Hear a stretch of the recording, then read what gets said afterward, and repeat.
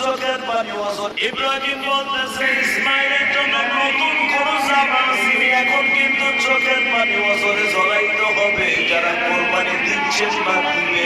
আমি তোর বাবার বন্ধু আছি মক্কায়, আমি জানতাম না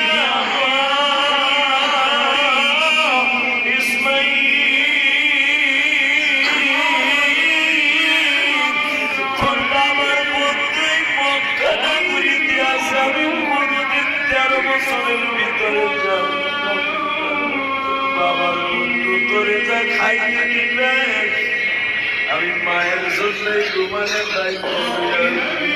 ইব্রাহিম আলাইহিস সালাম হাজিরার ঘরের পিছনে দাঁড়ায় আল্লাহর সাথে টেলিফোনে কথা কয়, তুমি বলছো সবাই দেওয়ার কথা, আর দুঃখিনী মা বলতেছে বেলা উঠবার আগে আমার কাছে আমার ইসমাইলের বুকে ফিরে হতে পারছি, আমি এখন কার কথা রাখবো, তুমি কি সিদ্ধান্ত দিবে না?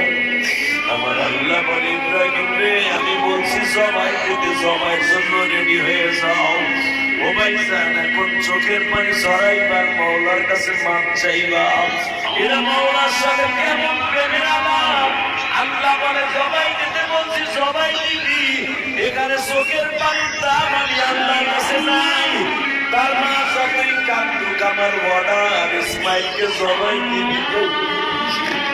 ইসমাইল ছোট বাবা, মা যখন রওনা দিয়ে ইসমাইলকে দেয়, হাজি সাহেবরা জায়গাটা আপনাদের মনে আছে, হজে যারা গেছে যাবেন, জায়গাটার ম্যাপ আমি আইকে দেই। বাজারটা ইব্রাহিম আলাইহিস সালাম ইসমাইলকে দিয়ে মা খাদিজার বাড়ির সামনে দিয়া, মাকামে হুজুর দিয়া, মসজিদে ফামার সামনে দিয়া যখন রওনা দিয়েছে, শয়তান পিছনের দিকে ডাক দিয়া কয়, ইসমাইল